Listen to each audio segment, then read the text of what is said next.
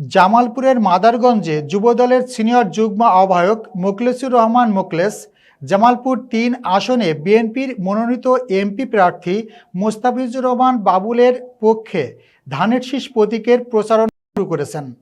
প্রতিনিধি আনিসুর রহমান আয়ুব জানান, বৃহস্পতিবার থেকে মাদারগঞ্জ উপজেলা বিএনপির আনুষ্ঠানিক প্রচারণা শুরু হওয়ার মধ্য দিয়ে দেশে শুরু হয়েছে এক নতুন অধ্যায়ের।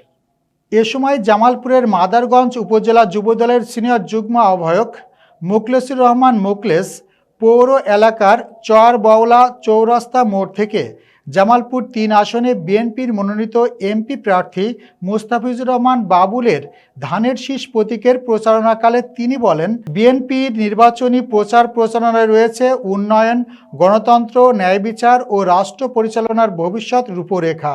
মাদারগঞ্জে নির্বাচনী মাঠে প্রধান দল বিএনপি ভোটারদের মন জয়ে নানান প্রতিশ্রুতি ও ভবিষ্যৎ পরিকল্পনার কথা তুলে ধরছে।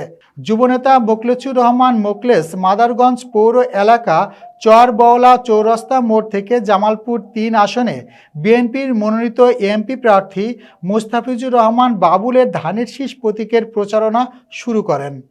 এ সময় সবার আগে বাংলাদেশ স্লোগান তুলে ধরে মোখলেছুর রহমান মোখলেস বলেন, বিএনপি ক্ষমতায় গেলে ৪ কোটি পরিবারকে ফ্যামিলি কার্ড, কৃষকদের কৃষি কার্ড এবং শিক্ষার্থীদের কর্মসংস্থানের প্রতিশ্রুতি দিয়েছেন।